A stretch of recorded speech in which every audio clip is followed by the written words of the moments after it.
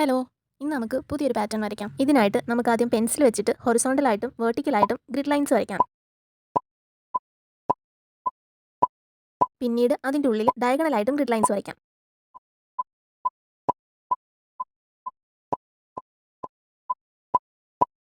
ശേഷം ഒരു black pen വെച്ചിട്ട് വീഡിയോയിൽ കാണുന്നത് പോലെ ഓരോരോ സ്ക്വയേഴ്സ് മാർക്ക് ചെയ്ത് കൊടുക്കാം. വീഡിയോ കണ്ടാൽ മനസ്സിലാവും, ഒരു കോർണറിൽ നിന്ന് സ്റ്റാർട്ട് ചെയ്തിട്ട് ഓൾട്ടർനേറ്റ് ആയിട്ടാണ് ഓരോ സ്ക്വയേഴ്സും മാർക്ക് ചെയ്ത് കൊടുക്കുന്നത്.